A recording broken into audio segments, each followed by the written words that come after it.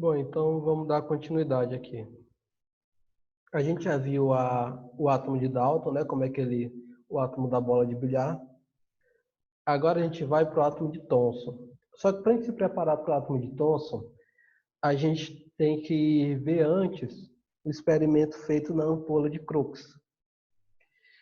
Então, o que foi que Crookes fez? Um físico inglês nascido em 1832 até 1919. O que foi que esse cara fez? Ele pegou uma ampola, como se fosse um tubo de vidro, colocou lá nessa ampola um campo elétrico, tá? Uma fonte de energia, e ele colocou lá um gás residual, um gás sobre baixa pressão. E aí, qual era a ideia dele? Estudar basicamente a natureza desse gás, ver o que é que acontecia lá quando ele colocava esse gás sob baixa pressão junto com a corrente elétrica. E aí, o que foi que ele observou? Ele notou que bem aqui, ó, onde vocês estão vendo, polo negativo, eu tenho cátodo, e polo positivo, eu tenho ânodo. Então, ao colocar esse gás sobre baixa pressão e ligado lá à fonte de corrente elétrica, ele observou que tinha um raio que partia do cátodo em direção ao ânodo. Então foi isso que ele observou, um raio brilhante que sai do cátodo em direção ao ânodo. E esse raio ele chamou de raios catódicos. Por que raios catódicos? Porque ele está saindo do cátodo em direção ao ânodo. Foi isso que Crookes fez, tá? Foi isso que Crookes fez.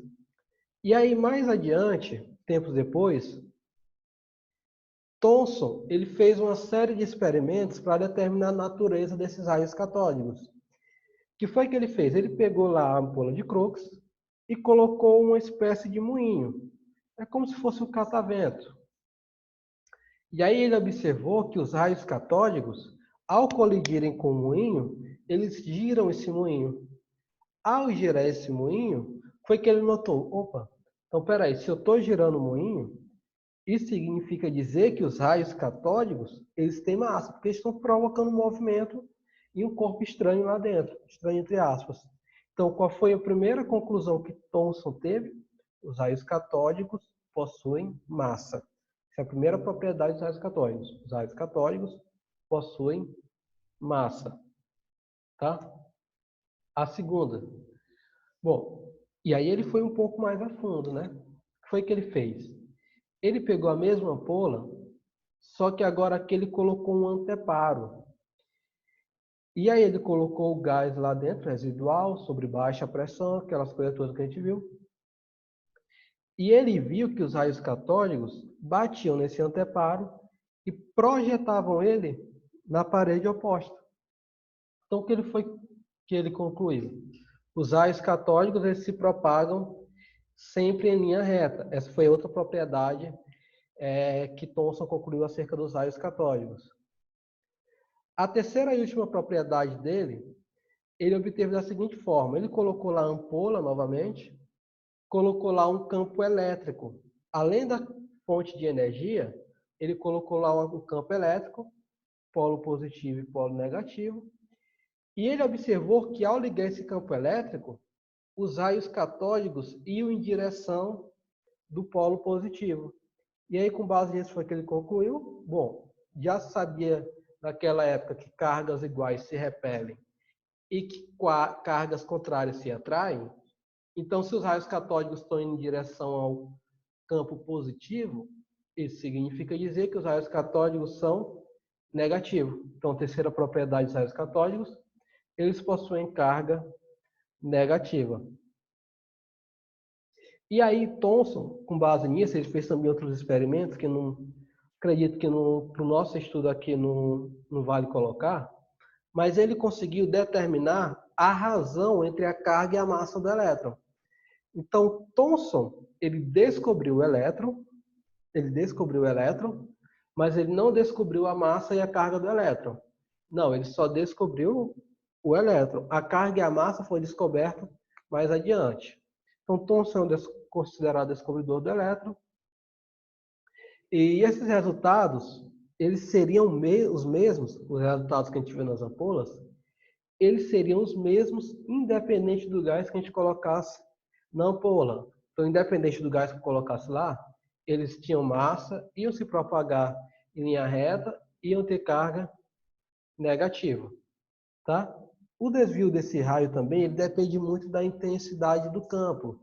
Então, se eu aumento ali a intensidade do campo, se eu coloco ali uma variação de intensidade, coloco mais ou menos intenso, eu consigo ter um maior ou menor ângulo naquele raio ali que está variando, tá bom?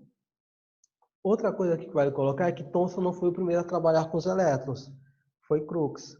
Thomson só descobriu a natureza dos elétrons, só descobriu e deu o nome de elétron lá aos raios catódicos, tá? E aí Thomson concluiu também que esses raios catódicos, eles estavam em todo tipo de matéria. Então, os raios catódicos, para Thomson, está em todo tipo de matéria. E hoje a gente sabe que é verdade, nós somos carregados, a gente tem elétrons, então esses raios catódicos estão dentro da gente. E está aí o modelo de Thomson, também conhecido como modelo do pudim de passas. O que é que esse modelo, com base em tudo aquilo que a gente colocou, o que é que Thomson concluiu? O que seria o átomo para o Thomson? Bom, para Thomson, o átomo ele seria agora divisível. Lembra que Dalton era indivisível? Para Thomson era divisível. Ele é semelhante a um pudim de passas. Vocês já vão entender o porquê. Ele é esférico, homogêneo, maciço, só que não tem densidade suficiente para não se deixar atravessar. É importante dizer isso. Por isso que alguns autores consideram o átomo de Thomson como não maciço.